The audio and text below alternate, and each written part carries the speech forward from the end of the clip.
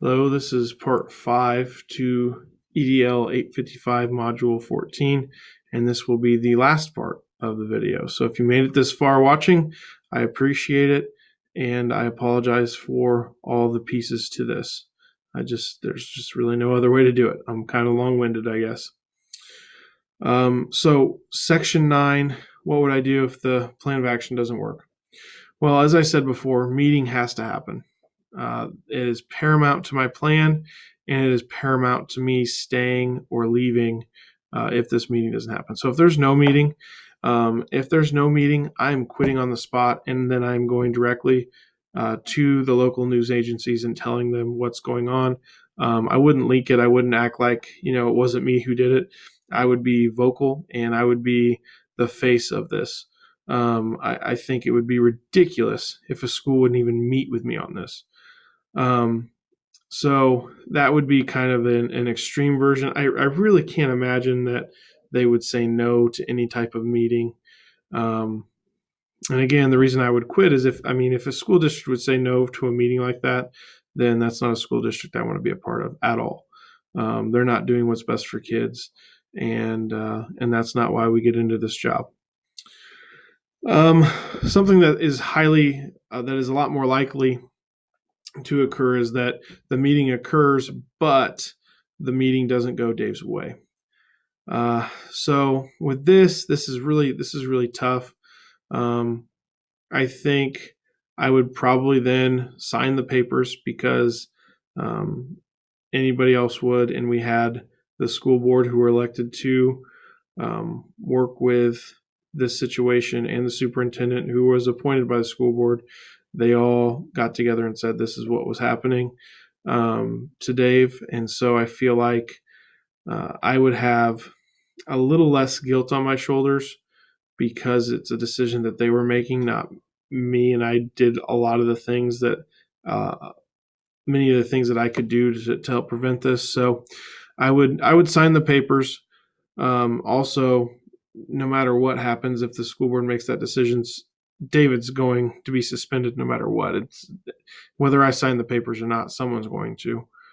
I would then look for other employers who share my educational philosophy. I wouldn't quit. I wouldn't go to any of the local news agencies or anything like that. I would just look to get out of that place. I really couldn't keep working at a place that was this naive and was so worried about their own liability that they're not worried about what's best for kids. I just can't work in places like that. I'm really lucky that where I teach at now, we do what's best for kids, and we have a lot of common sense approaches. We do we do serve less students. Our junior high has about 190 kids, not 900. So we're a lot smaller, which makes it a little easier to do this. But at the same time, I wouldn't work at a place that doesn't put kids first. I would do a lot of reflecting on the outcome. I would reflect on, again, staying there. If I stayed there, would things change? How could I change things? If I went somewhere else, would it be more of the same? So a lot of reflecting on what happened with David's situation. And then I would really kind of look at one central question, and would be, can I affect change in my current post, or do I need to move on? Like I said, I really feel like I would need to move on. However, if the door was open for me to kind of change the school into a school that puts kids first, I think that would be something that I may want to stay and take on. But this was a really hard, moral dilemma or ethical dilemma, and I know that it's based off of a real scenario, and I really wonder what Richard did, and also I wonder how the whole thing worked out. So that's what I would do, and I think within all my responses, I think I am modeling ethical behavior in my personal conduct in relationships, that I am talking about what I would do.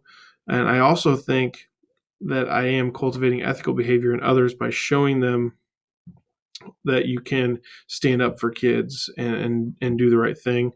Um, and I think that I'm implementing this within a school setting, just by asking the board to change this policy. I think that's the only way that I could do it, personally.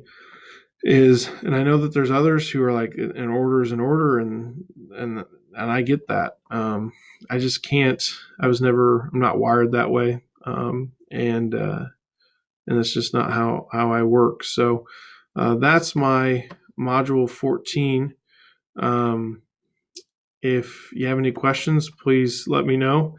I had fun in the class and I learned a lot, and this was a good experience. So I can take a lot of what I've used here and put it into just my teaching in general, and then as when I become an administrator, I can use a lot of this. So this is the final time that I'll say goodbye, I guess, and I hope whoever's watching is having a great rest of their day.